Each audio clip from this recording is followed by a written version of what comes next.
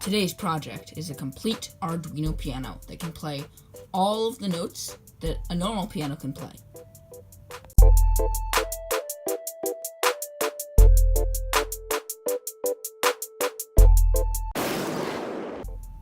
The first thing I'll do is I will initialize all of these pins. So the way this works is we have resistors, and one analog pin measures the total resistance of all of this, versus the 5-volt power supply. Anyway, let's test this out. So first we have to go in a sequential order, pressing all the buttons.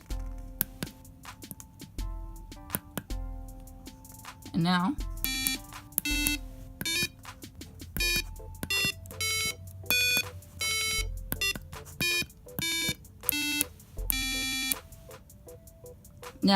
an improvement on this, you probably want the best buttons possible, ones that aren't shaky. Some of mine are, and that's why they have some of them got messed up because of shaking around, so you might want some solid buttons.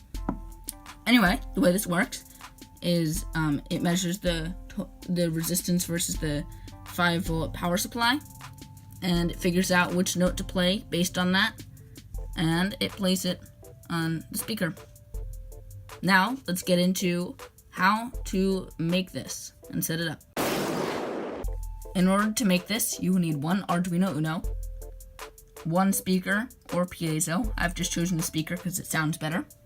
And you will need 8 resistors. Now, the first of these resistors, this one right here, it does not matter which type, but but you want it to be relatively small. All of the following resistors must be from least resistance to greatest resistance in order for the whole system to work. Now, you of course need 7 buttons, and you will need lots of these different wires and jumper wires. One important thing to note, this is just the first part of the whole project, and there will be multiple versions coming up with pitch, so you can change the pitch so you can have all different types of notes.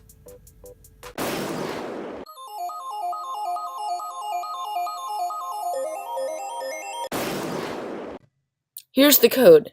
Now I will be showing you in Tinkercad what my code is. I use Tinkercad to make my schematics and to code it, and also do a simulation all in one.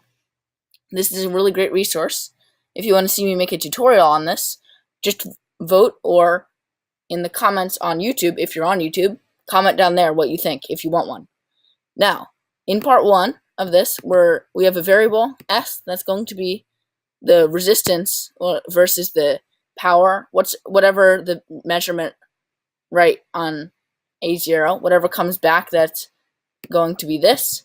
Speaker is just whatever is the pin that the speaker's on. LED is the pin the LED's on.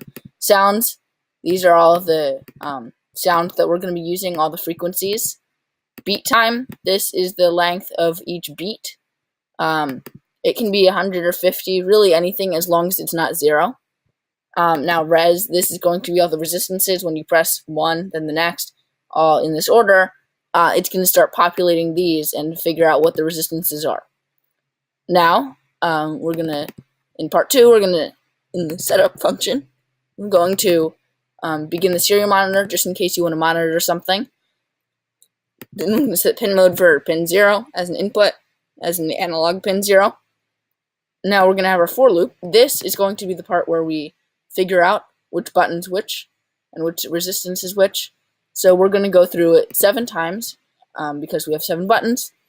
And the first while loop, we're going to check while the current while the current index of res is 0. So while we haven't gotten a measurement back for the button we're on, we're just going to wait, and we're going to keep setting it. But if the value changes, if it goes up or goes down or something, then we're going to this reading, then this is going to stop this loop, and we're going to continue on.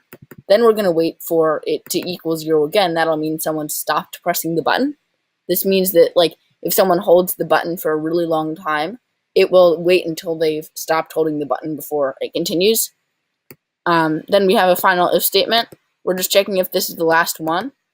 Then we want to write the default, the built-in LED, so we want to turn that off because we want to indicate that the measurement has finished. Now in part 3, this is something repetitive that you could probably fix with a for loop, but I got some errors doing that, so I just chose not to, but it would probably work fine. Now, anyway, we're getting this measurement, setting the variable s equal to the measurement that we're getting from all the resistances and the buttons.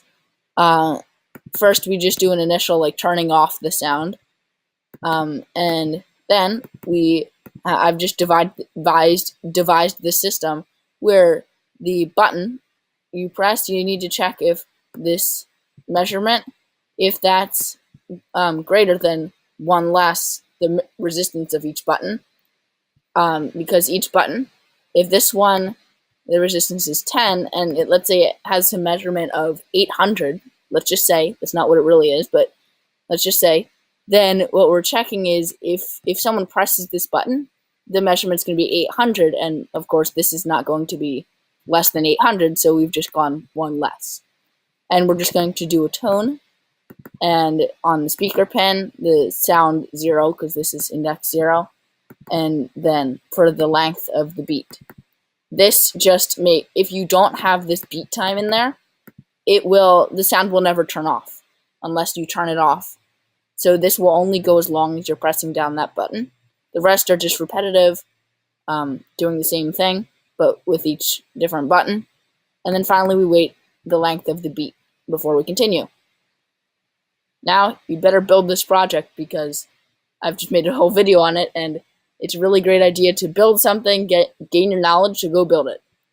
If you want to support the channel or you just like watching the videos, then make sure to subscribe. It helps me out, and it's as easy as clicking a button.